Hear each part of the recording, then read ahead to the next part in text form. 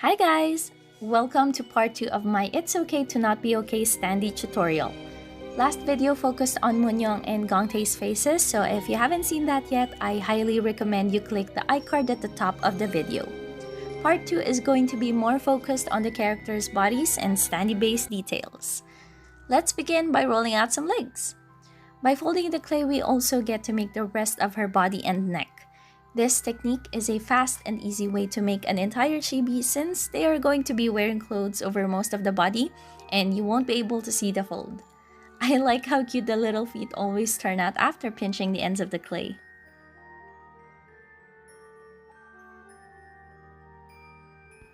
Using tiny scissors, I'm shaping her toes.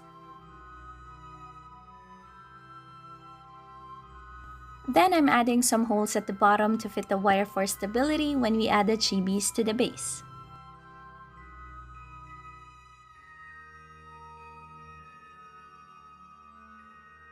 Now's the time to pinch the other end of the clay for the neck. I like doing this trick, but my friends always laugh when they see these long legs coming out of a neck because it does look silly.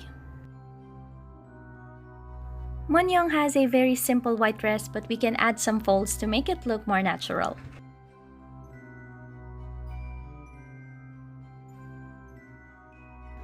Her dress also has a ruffled collar, so I'm thinning the edge of this round sheet of clay using a ball tool. This way the ruffles will look realistic and flow seamlessly.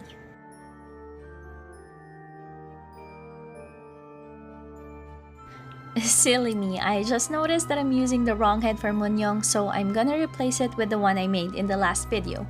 The other head was actually just a practice piece, that's why the eyes were smaller. See? This one looks more like Moonyoung. I'm making her tiny hands now so they cure a bit and won't be squished when we attach it to her arms.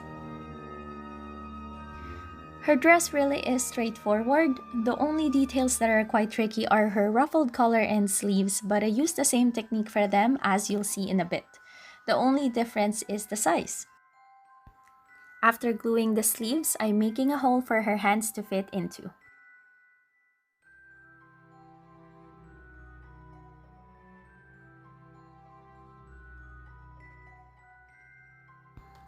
I'm also posing her hands like this because I'll be placing a butterfly between her hands.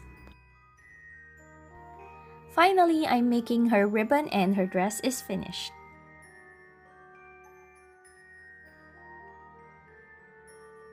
I'm quickly making her ears now before proceeding to texture a sheet of black clay for her hair.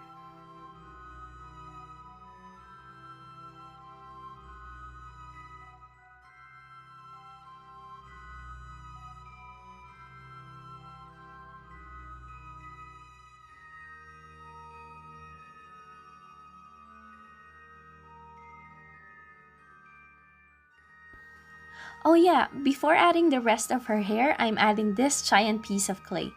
I don't like my chibis to have flat heads, so I always do this for the base of their head. You can either make the base of the head with armature like aluminum foil or a styrofoam ball, but I just use clay.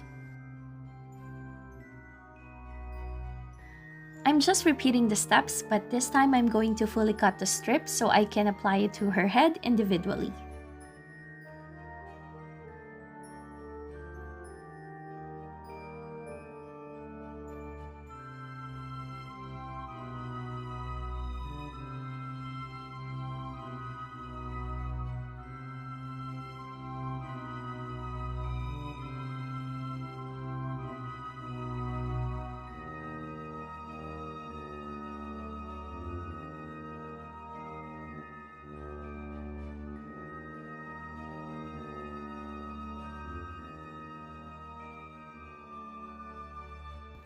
Gongtae will be holding a flower and I'll show you how I made it later in the video.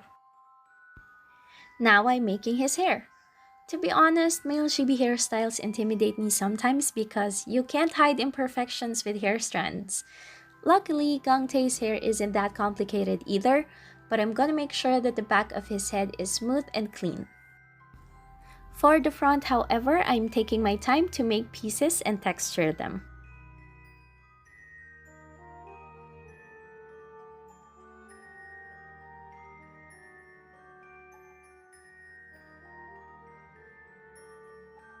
To connect everything seamlessly, I'll use cotton and water.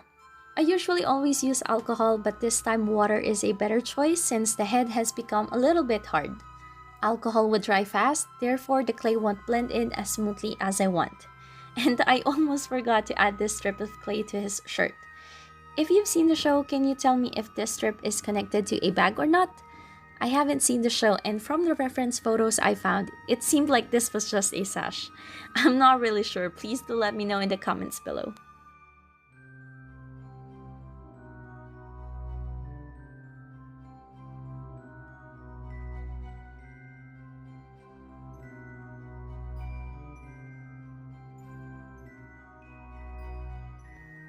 I always use a wood base like this so it's sturdy.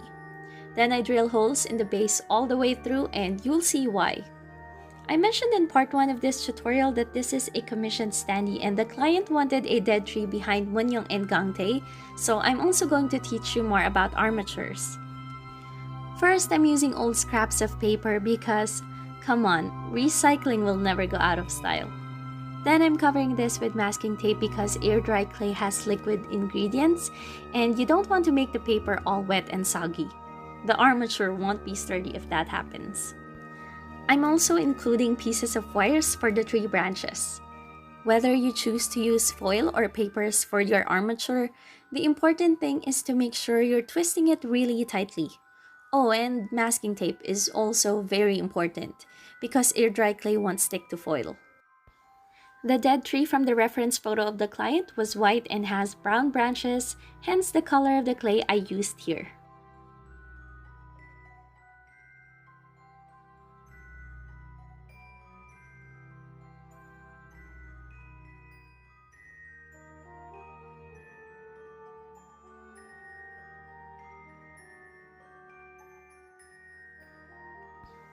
Then I'm covering the wood base with a sheet of green clay for the grass.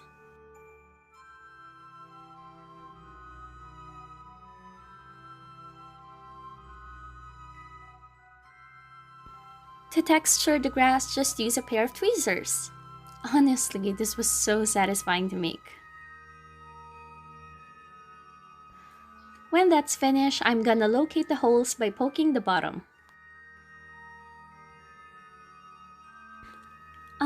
I still have lots of details to add to the base, but I was just so excited to add the chibis.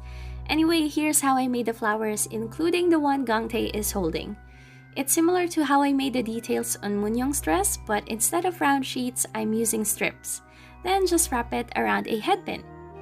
I use these because the heads of the pin will make sure that the flowers won't stick out of the grass. I wrap them with green clay beforehand so it will easily attach to the flower. Notice how I'm kind of slipping the stem in the base? Once all the flowers are in, I add drops of super glue to each piece so they'll be more secure.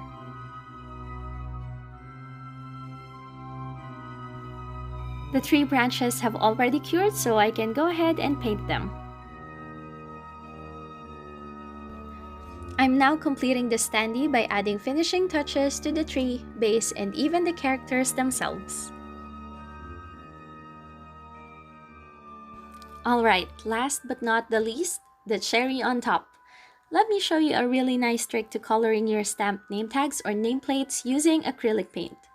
This works best if the name tag or nameplate is already dry, but I can be quite impatient to see the final outcome sometimes, and so I just make sure that I use a very light hand when I use this technique. So, all you have to do is fill in the stamped letters with acrylic paint. The best part about this is you can be messy with it. Then, prepare a wet wipe. Make sure it's wet but not soaking wet. Out of the package, I usually still spray it with a generous amount of alcohol. Use the wet wipe to remove the excess paint. Again, this works best if the base is already dry, but if you're impatient, just use a light hand because you don't want to remove the paints inside the letters, or worse, flatten the letters. And voila! Magic! Now I'm just gonna add gold to the top and bottom edges of the nameplate so it pops out even more. And that's it for today. I really loved making this. I loved it so much I feel like I didn't want to ship it to the client anymore. Thank you guys so much for watching.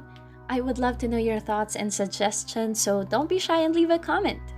If you want to see more of my crafts, please follow me on all my social media accounts, which will all be linked below.